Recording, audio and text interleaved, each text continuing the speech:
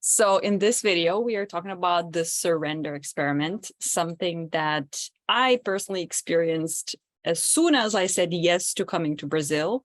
And it has been a roller coaster, to say the least. And that's something that Tio is experiencing pretty much every day for a long time. Yeah, I'm experiencing new levels of it also. And I started experiencing it when I first said yes to Brazil 9 years ago. Pretty much exactly, because yeah, it was on 17th of, so we are recording on 18th of July. It was 17th, the night, midnight, after midnight, 17th of July. I was in my second ayahuasca experience, where I had visions of coming and living here. And that is when I decided I'm going to come and live in Brazil. It was exactly 9 years ago, maybe off by 10 hours. Wow. That's also such an synchronicity. It's Yes, amazing. yes. Wow. So that's the topic for today. And also we are going to share a little bit more about what's going on with the project that we're working on with unconventional lifestyle, everything to do with living the life aligned with who you really are and what you really desire, and what you are creating for yourself and others. And one drama I want to do. So you have to say, I can't believe this has happened. I can't believe this I is can't happening. believe this is real. I can't believe this is real. And then I said, so when she said this to me, I said to her, you don't need to, because reality doesn't depend upon your beliefs. And so that will be one of the topics, how belief is not necessary for things to happen. Things happen anyway. So that is the difference between, there are different ways of creating reality. Like the one way is that you have to believe and you have to program yourself that this will happen. And the other way is you let go. What is called the surrender experiment is that you just allow things to happen, and things happen. And such incredible things happen that you cannot believe that they're happening. We just got off a call with someone who's writing a book. You can't make this shit up. It's that kind of a life that even if you want to write such a ridiculous story, you can't come up with it. Your imagination is not powerful enough to create that reality, to create that story. This is the alternative to manifestation, where you set a very specific goal. I want this to happen. And, oh, I want to be a millionaire. Oh, I want to live in this house. You're creating a very fixed goal. You're creating a very fixed mindset of where you want to be. Whereas surrender is about, I have an idea of the direction I want to go in. I know the state I want to feel, but I have no idea what's going to happen in my life. And I let go of that control and I allow life to take me on a journey. And look at where we are. So you can make shit up. Yes, so that's going to be the title of the second book, is You Can Make Shit Up. Yeah, indeed. So for me, when it comes to surrender, what's really important is indeed, how do you want to feel? What is important to you in life? What are your values? So to make it specific, like for me, I knew that I wanted to live in nature. I knew that I wanted to reconnect with nature. And that is because I grew up in a small village back in Lithuania. And with my parents, we always went on weekends, for example, to spend time nearby the lakes, in the forest, going for walks, hikes, things like that. And it's been in my core to be connected with the nature. And that's just one example of how I designed my life so that I could reconnect with nature again, especially after living in cities for a very long time. So I lived in Berlin, in Brussels, and in Vilnius, and various other places. And at some point, I just realized that it was no longer serving me, and it was no longer what I wanted to experience in my life. So when you have a clear preference, let's call it like that, to have a certain lifestyle, when you have certain values, for example, again, for me, freedom is my top number one most important value, then identifying those values and your needs and interests are going to help you to make decisions moving forward better, easier, without resisting those opportunities that come your way. And when it comes to surrender experiment, why, in my specific case, why it feels like as soon as I said yes to that invitation to come to Brazil, that's when the whole surrender experiment happened, is that for the first time in my life, it didn't feel like I was forcing something and I was doing something from a place of like, oh, I'm going to take action and I'm going to make it happen. And it's like this very stiff, but very determined energy. While here was like, interesting. Life is showing something to me. There is an opportunity coming my way. How will I feel if I will not take that opportunity? I will probably feel like I'm losing an opportunity or I'm missing out on something. Fear of missing out as well. And as soon as I made that decision and I said, you know what, I will say yes. I have no idea why. I have no idea what to expect. I don't have anything to do with Brazil, but I'm going to say yes. And as soon as that happened, everything that happened after that, which is now 2 months, exactly, Yes. 18th of May, was when I arrived, when I landed. When you left, I think you left Portugal. No, 18th of July was exactly when I landed. May, yeah. Around this time, it was actually around exactly, midday. Yes. And a lot of things happened in the last 2 months. And why did they happen? Was because I was not resisting.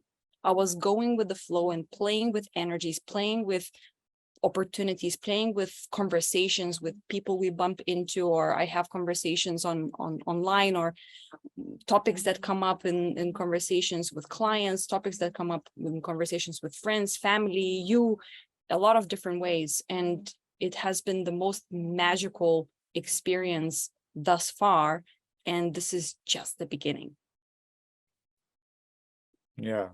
And my story is similar, and I'll share some details. But before I go into my story, the other thing I want to add is that it's not only belief that is not required for the surrender experiment. You also don't need intention. That was my case. Like a lot of people are like, oh, you have to be very intentional in what you want, and you have to believe in making it happen. And I think, yes, it can help, but it's not a requirement, because when I came to Brazil, I had no intention to change my life. I had no intention to come and live here. I had no intention to be spiritual or change myself or heal myself or anything. I was coming to get high. That was my original intention. I was coming to take ayahuasca and get high and just have a good time, and then go back and live my life normally.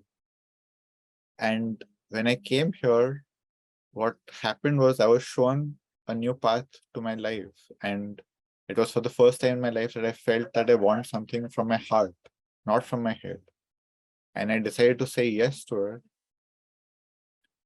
My plan was to come back in 2 weeks. That did not happen. It got pushed out to 6 months, but that was even better, because when I went back to my job at Amazon, I got a promotion. The promotion made me eligible for a sabbatical so that I could actually come to Brazil for 3 months without losing my job, without quitting my job. So I got to come here, live here as a trial at the retreat to start my training. And then I decided, okay, this is the life I want to live. Quit my job, lost my stable income, had no idea what I'm going to do for money. I had some savings, so I was okay.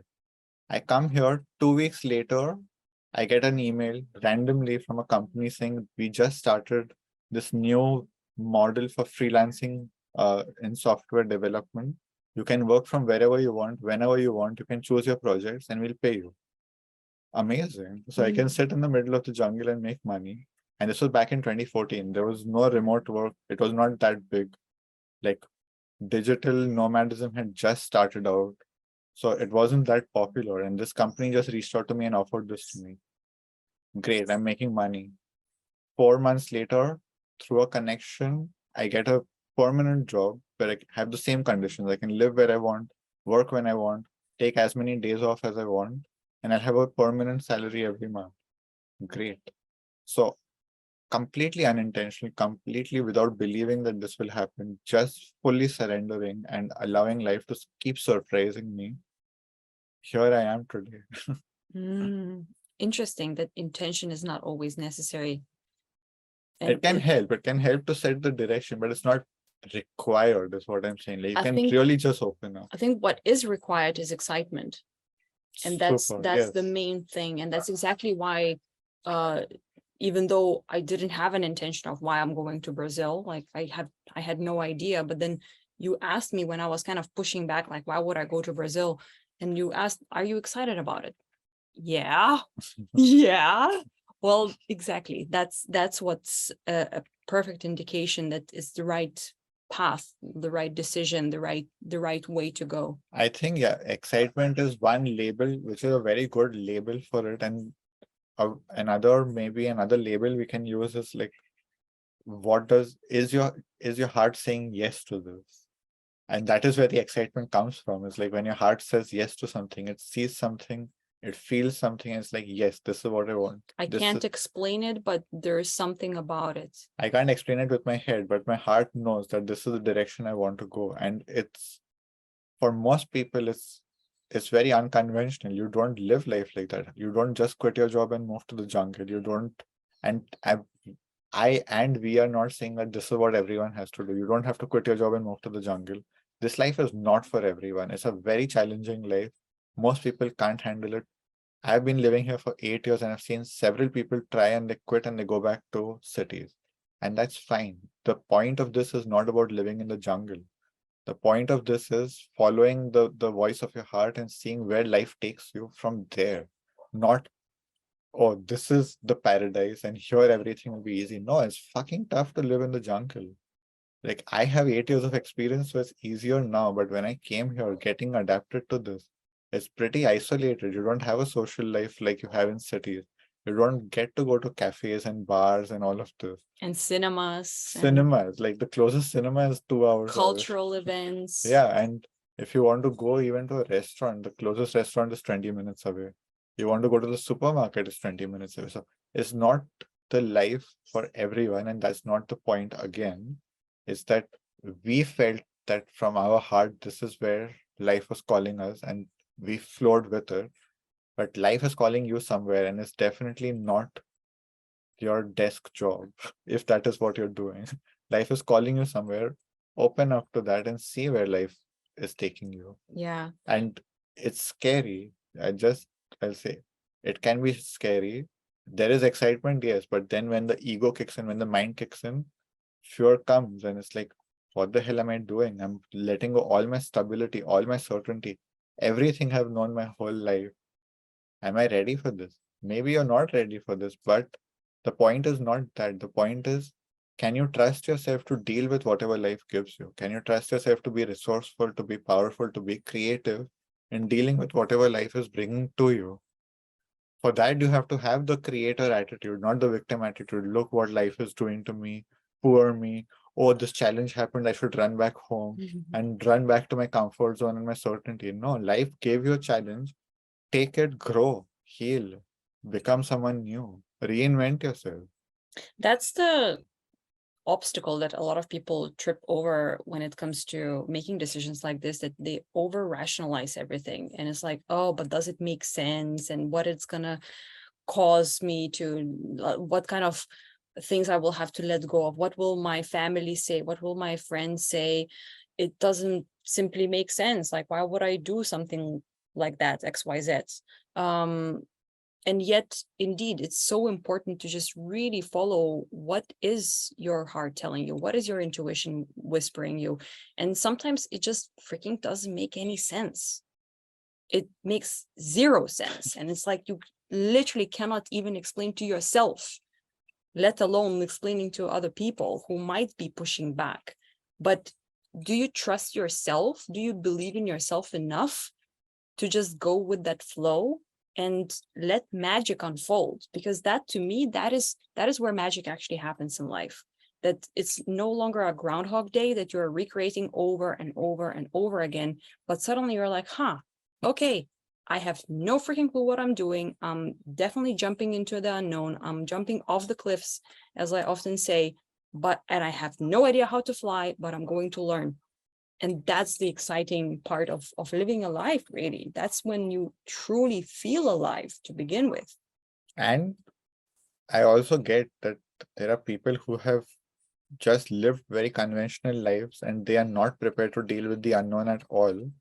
And that is why you have guides available. So just like if you're jumping off a plane, you don't jump off the plane the first time just by yourself. You get an instructor, you do a skydive with an instructor. But then the instructor, you can also do a course of, okay, I want to learn how to do this myself. And the same kind of guides exist for the unknown. It's like, okay, you're new to this, let us help you. Here are the ropes. Here is how you deal with things in the unknown. You've been trained how to deal with life in the known. You've been trained how to deal with life in the comfort zone. You have actually been trained to do that. You did not know how to do that as a child, but in school, you got the education how to live life in the world as it is for most people in the conventional life. The same way, there are guides who will teach you how to live the unconventional life, and you can find them. We are those kinds of guides, but we are not the only ones. We may not even be the right ones for you. There are many guides out there who can teach you how to live in the unknown. That is what you have to look for. So one of the topics we want to talk about today is that what a lot of people do is that they realize, oh, this is the problem that I have.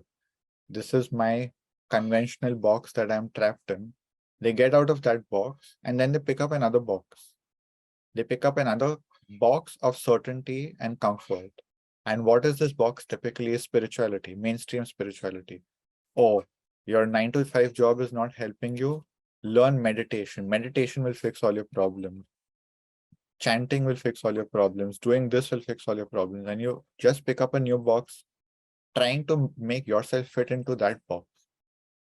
What we are suggesting is something very different. Get out of the boxes altogether.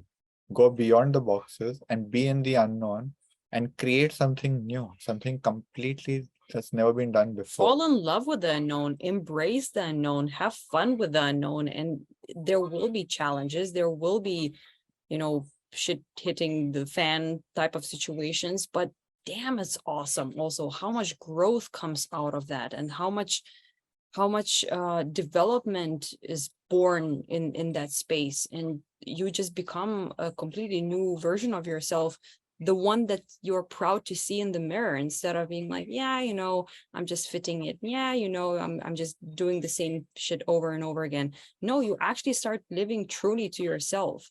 And it's interesting because a couple of days ago I had a conversation with one client of mine who wants to start her own business, and after being in a conventional career for many years, now she's like, oh, but I'm going to disappoint my employer. And it's like, it's not your responsibility to carry that weight. It's like they're just hiring you as an employee, and you have to choose your own life. You have to choose how you design your life, how you want to live your life, what you want to create, who you want to become. You don't owe anything to anyone. So if you feel drawn to starting your own business, or moving somewhere, or creating a new project, or leaving that relationship, starting a new relationship, whatever it is, follow your heart. And whoever you think you owe something to, you have to let go. There's no other way. You have to stop people pleasing, because that way you will never be truly happy. Yeah, a lot of people feel that they owe their life to, well, they owe their life, but also in many ways, their life is owned by culture, by family, by jobs. You don't really own your life. People own your life. And one of the things we also indirectly saying is you have to take ownership of your life. Like, why are you letting other people tell you what to do and how to live life? Figure that out for yourself. So what is the difference in the two paths is, in the conventional path, people are telling you what to do. In the path of the unknown, you have guides who teach you how to create your own life. There's a difference. So the mainstream spirituality is again about telling you this is how life works, this is what you should do, this is what you should believe. And that's what like mainstream spirituality and religion is all about. Don't think for yourself. Let us tell you what the right answer to life is, instead of taking that journey to figure it out yourself.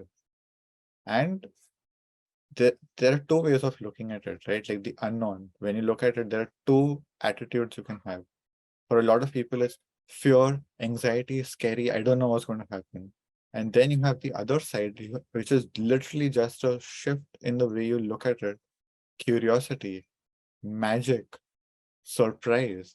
It's what you say to yourself about the unknown that will develop your emotions and your attitude towards it. You tell yourself, oh, I don't know what's going to happen. I can't deal with it. Yeah, you'll have an anxiety attack the next second. Mm. And this is to understand that you create your anxiety by saying things to yourself. But if instead of that, you say, oh, wow, I'm going on an adventure. I'm curious. It's like a hero's journey. Exactly. But again, even with the hero's journey, you can be, oh my God, all these challenges, I'm going to be intimidated. Or, wow, there's an adventure. I have people who will help me. I'll have my demons who will want to challenge me, and I also have people who will help me. And with these enemies and these allies, I will take the journey and figure it out. Yeah, it's kind of like, do you want to sit and watch a movie or do you want to participate in the movie? Yeah. Do Do you want you- to be the director and the actor of the movie? Yeah, exactly. And coming back to the whole surrender experiment, if you haven't read the book by Michael Singer, The Surrender Experiment, then we definitely recommend that book, because that's exactly what happened with this writer, Michael Singer, who basically wanted to meditate all day long for a long time, for months and months and months. And one thing led to after another and to another.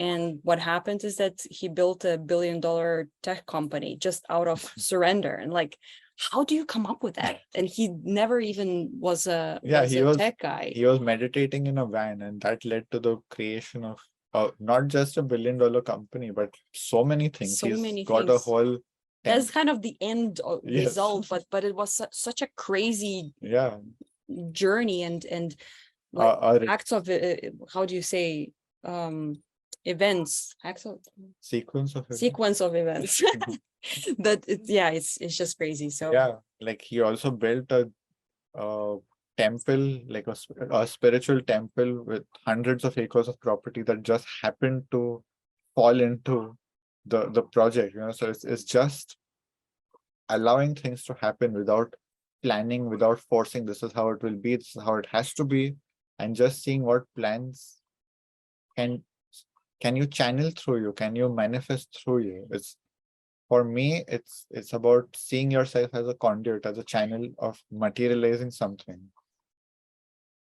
Again, to reach that place, you do need to do work on yourself. It's not, if you're just a normal corporate robot, sorry if that offends you, but if that's who you are, you don't have that training. You do need to do some work on yourself to become that channel, to become that person. I was working on myself I will be working on myself forever, but I worked on myself for 8 years before I reached this place today, where now we are we have started working on this project, which is called Brain Forest, where we are doing the same thing. We are just materializing without forcing, without this is how it has to be.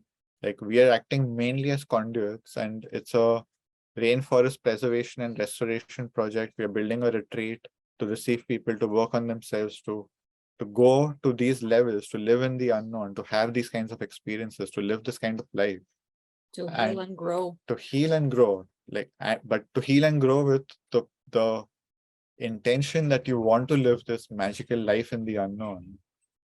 Because what is my issue with traditional therapy and self-help and spirituality? You want to heal and grow and just become a better robot. You still don't know what you want to do with your life. Like, what is therapy doing in most cases is, let us fix you so that you behave better while you are still a cog in the machine. They are not really teaching you how to live a whole different life, how to answer your heart's calling, how to listen to that also. So yeah, we are saying listen to your heart, but some people are like, my heart is not saying anything. Okay, Learn. get a coach, get a Yeah. guide, help get help to how to listen to your heart. That is a skill that some people need to learn. And that's okay. We are not taught these things in school. And that is why you have people who can teach you how to do that. Yeah. So like you said about the retreat and the project Brain Forest and everything, that's also a perfect example of how vision is still very important in whichever shape At or some form. stage also. At some stage, it's still very important to know what it is that you want to create. So how do you identify what it is that you truly deeply want to create? And that, to me, the best navigation system is your feelings. If it feels off, if there is resistance, if there is any negativity, if you don't really feel like it. I was in a situation like this right before coming to Brazil, where I had to move into a place temporarily, which was not my ideal situation. It was an alternative for the summer season, because in Portugal there's quite a shortage of permanently rented places. And I was like, you know what? I just have this immense resistance to move there, and I don't want to do that. And even my body was trying to resist all of that. That I even got a headache and got sick and all of that. And that was a perfect indication that you have to do something differently. You have to look into this.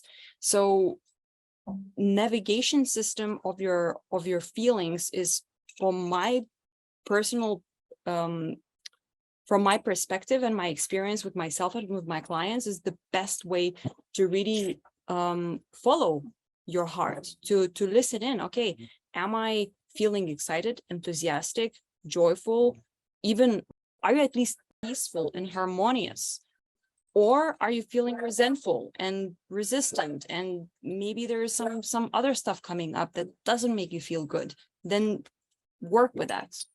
And many times it's not easy to figure out why am I feeling resistance, why or what is the direction I want to take. And that is where, again, getting help is not a shameful thing. A lot of people have the, oh, I must figure it out by myself. You can't. It's unfortunate, but many times you can't figure it out by yourself. Many times you can, and many times you can't. And if you can't, get help. This is something I keep repeating because I used to be that person who had the program. I must find out all the answers by myself. And the best thing that's happened to me in my life is finding my teachers, finding the people who helped me to get the answers. In the answers still came from me. They were not giving me answers, but they gave me the tools to help me find the answers. So my resistance used to be towards the preachers, the ones who would tell me how to live life and what to do and what to believe. And I would never sign up with someone like that. But this is just the majority. There are still many offers of coaches, therapists, You are still preaching, though, to be teachers. authentic. Don't be. I don't care if you're not being authentic. It's do whatever you want. Live like a robot. Why do I care? This is just an opportunity. It's an invitation more than a preaching. It's like, okay, if you want to live authentically, here is an offer. Here is an invitation. But like for me, it's like, okay, preaching live authentically. What does that even mean? It's so abstract. It's not what I have resistance to is like, this is what you should believe. This is how you should live, like to the finest detail. Like you must wake up at 7 a.m. and you must sleep at 11 p.m. and get 8 hours of sleep and be a robot and go to the office at 9 and get out at 5 and then be tired and go and give whatever energy is left to your family and then have some resentment and go back to sleep. And it's a great exercise also to look into, like, why am I doing that? Oh, because my father always did that when I was a child, or because my mother was always preaching this, or because my grandma gave me that thing and asked me to do it. My teachers in school, Yeah. the news. So like we are getting inputs all the time. As children, we pick up everything. We are magnets for programming. And we become copy paste. So yeah, like my resistance used to be towards these kinds of teachers and coaches and therapists. But then I discovered a whole different category, which is like, okay, they don't want to tell me what to do. They want to help me figure out what I want. Great. Like, finally, I don't need to believe something that they want me to believe. So surrender experiment. Yes. One point that came up after the episode was recorded and we were reflecting on what was spoken was the distinction between intentional creation and the surrender experiment. One thing we realized is that the surrender experiment is about letting go and not choosing and saying yes and allowing things to happen. We spoke about, intention being a requirement or not, belief being a requirement or not, but really it's about the energy of like, I am flowing, things are happening, I'm taking the invitation from the universe and I keep doing. Intention is not present because you don't even know what is going to happen. You're not really going in a particular direction. And we both entered that surrender experiment where we both received invitations from the universe in different ways. And we both said yes, and it led us in different places. Well, to the same place, but in the sense from different paths. What it led us to is the current phase where we are creating intentionally with synchronicity instead of planning and effort. Where we are applying our power is putting the intention of what we want to create, the energy with which we want to create, the energy that we want to have in what we are creating. But we are not putting an emphasis on the timeline. We're not putting an emphasis on uh, the exact people involved. We are putting an emphasis on the energy of the people involved and who we want to involve in the project.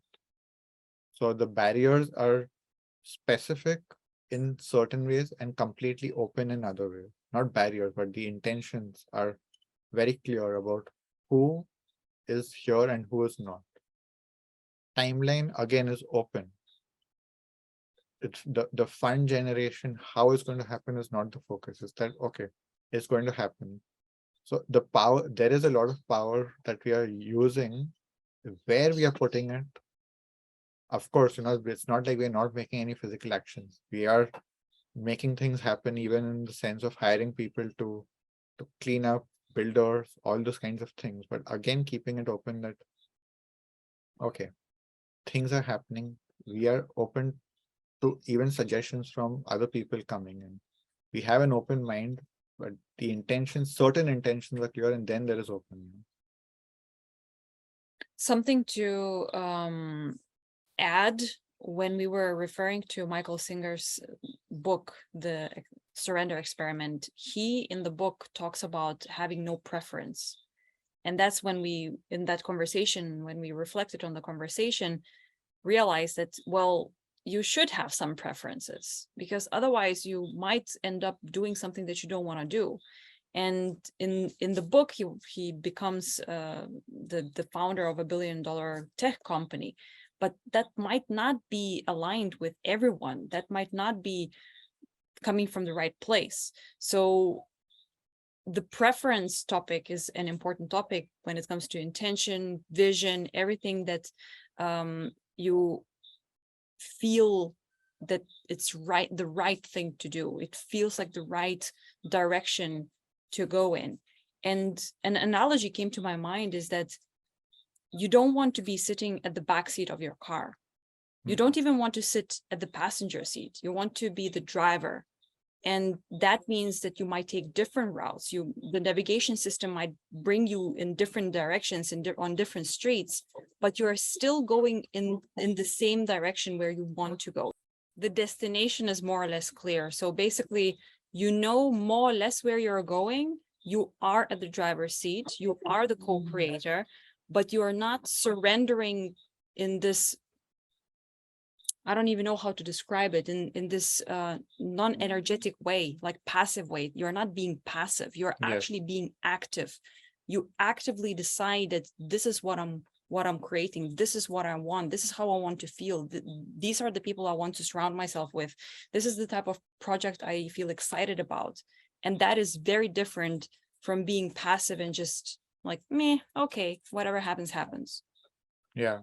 And I think this is where what was recorded earlier comes into play, is that vision comes into play when you want intentional creation. So to have a very clear vision of what you want to create, becomes important when you're creating intentionally. But in the surrender experiment, you don't need an intention, you don't need a vision, because you're just going with the flow of the universe wherever it's carrying you. My way of looking at it is that it's basically two very different ways of living life. In the surrender experiment, you are in the passenger seat and you're letting the universe drive wherever it wants to go, and you like there may be some activity, but generally you're just watching the ride happen, and it's happening, and you participate in the ways that you feel called to participate. In the other path, in the other way of living, you are sitting in the driver's seat, you're open to suggestions from the universe, but also, yeah, your vision is very clear. You have that determination that, yes, I want to get there, but the path to get there may change. The timeline to get there may change. You may meet different people along the way, and you're open to all of that. So it's for me, it comes somewhere in between the surrender experiment and the conventional rigid life of this is how things have to be. For me, this intentional creation becomes like a union of two polarities, where in one you have no control, in the other you have all the control, and here you become a mix, which is the middle way for me. Life is not happening to you, it's happening for you. And also you're creating life. Exactly. It's combining both. You are the creator and you are co-creating. Bam. That's it. Yes, This episode. perfect. See you next time. See you next time.